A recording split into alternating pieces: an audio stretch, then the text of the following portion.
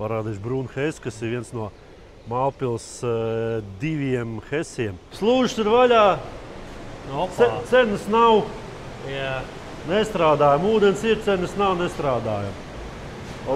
Šitien tad griestos, ja būtu lejā turbīnas, ja šeit griestos, mēs mierīgi nevarētu pat parunāt. Šeit tāds troksnis ir, kad griežās visas 3 un no rīta vēl, kad griezās viņas.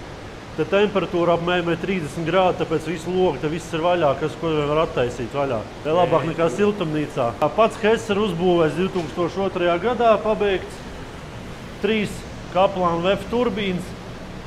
Katrai ģenerators virsū pa 160 kW, bet transformatoru atļautā jauda 350 kW tikai. Jā, par šito kabelīti smuki iet projām jau kopējā tīklā.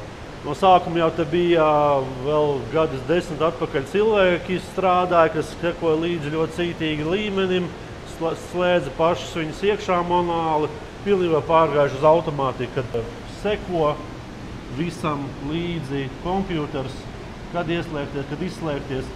Bet šī sistēma vēl bija kad ir fiksētais tarifs, viņš ieslēdzās, kad līmenis uzkāpa, un izslēdzās, kad bija ieregulētais līmenis, kad tu gribēji. Tagad ir viss mainījies, viss ir birža. Mēs viņu taisamies modernizēt, lai kompjuters sāk sekot līdz biržas cenai un pats kalkulē, kad izdevīgāk ieslēgties un izslēgties. Ralfhaus atbrauks un izdarīs.